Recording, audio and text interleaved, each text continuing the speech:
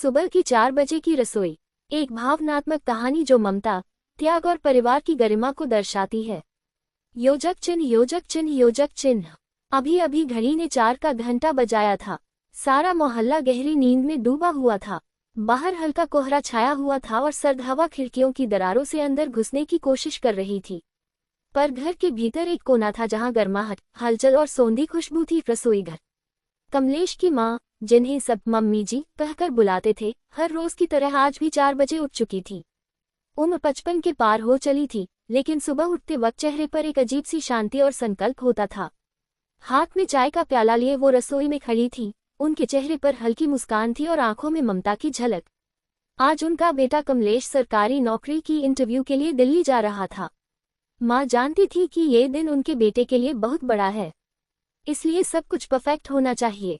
बस पकड़े बिना, नाश्ता किए बिना कमलेश को भेजना उनकी ममता को मंजूर नहीं था। चाय का पहला घूंट लेते ही उन्होंने गैस जलाया और सबसे पहले छेना को पकाकर उसे हलवा बनाने के लिए रख दिया। बेटे को मीठा बहुत पसंद है, खासकर ये छेने वाला हलवा, उन्होंने खुद से कहा। आटा पहले ही गूंथ कर रखा था, इसलिए पराठे बेलने में ज्यादा देर नहीं लगी। साथ में हरी धनिया की चटनी, थोड़ी सी आलू टमाटर की सब्जी और घर का बना ताज़ा दही। मम्मी जी को पता था कि कमलेश बाहर जाकर ऐसा खाना शायद ही पा सके।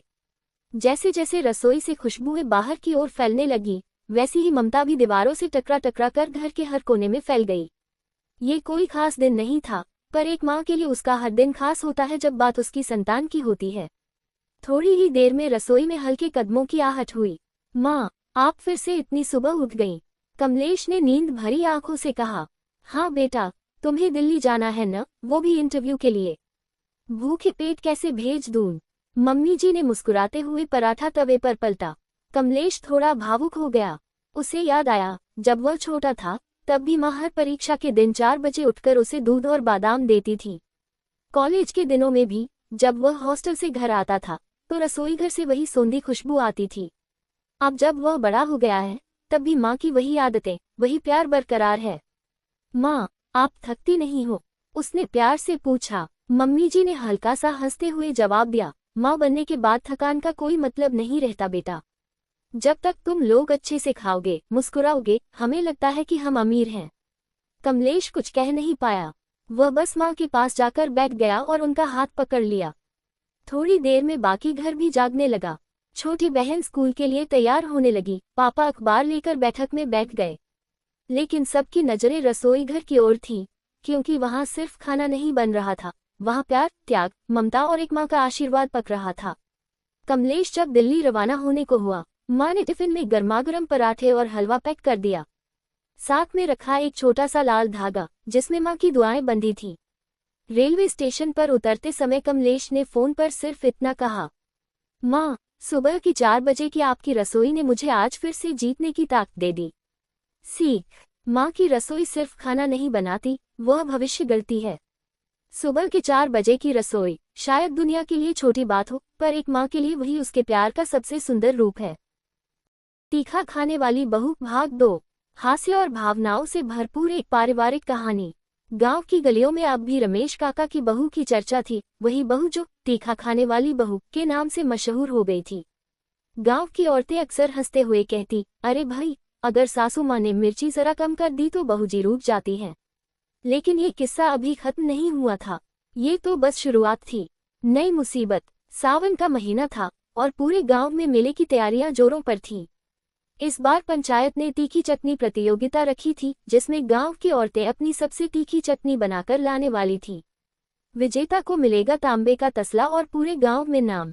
रमेश काका की बहू रीमा ने भी ठान लिया, इस बार दिखा दूंगी कि तीखा खाने में ही नहीं, बनाने में भी कोई मुझसे आगे नहीं।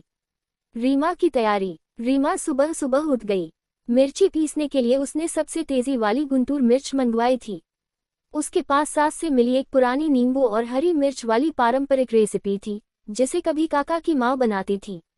रीमा ने चटनी पीसते हुए आंखें बंद की। आंसू बहने लगे, लेकिन मुस्कान गायब नहीं हुई, क्योंकि उसे पता था, जो मिर्ची रुला न सके वो चटनी किस काम की। प्रतियोगिता का दिन। गांव का चौपाल खचाखच भरा था। हर ओर चटनियों की खुशबू और मिर्ची की झन्नाहट थी। जज बने थे गांव के मुखिया, एक स्कूल के मास्टर जी, और बाईजी जो खुद अपने जमाने में तीखे अचार के लिए मशहूर थी। रीमा अपनी चटनी लेकर मंच पर पहुंचे, आंखों में आत्मविश्वास की चमक थी। एक एक कर सभी चटनियां चखी जा रही थीं। किसी में स्वाद था पर तीखापन कम, कोई बहुत तीखी थी लेकिन नमक भूल गई थी। फिर आई रीमा की बारी।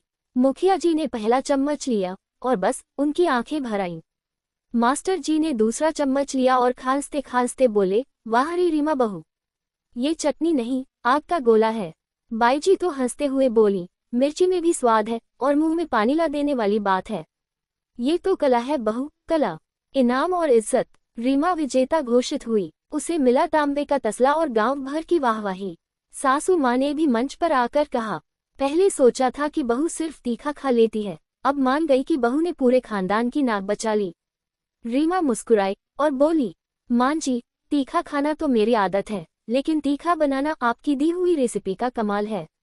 कहानी का मोड़। रीमा की जीत के बाद गांव की लड़कियां उससे चटनी बनाना सीखने आने लगी। रीमा ने एक छोटी सी मसालों की पाठशाला शुरू कर दी, जिसमें वह लोगों को तीखा लेकिन स्वादिष्ट खाना बनाना सिखाती थी।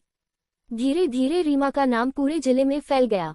उसके बनाए हुए मिर्च के अचार, तीखी चटनियां और मसाले अब शहरों में भी बिकने लगे। अंत नहीं, नई शुरुआत।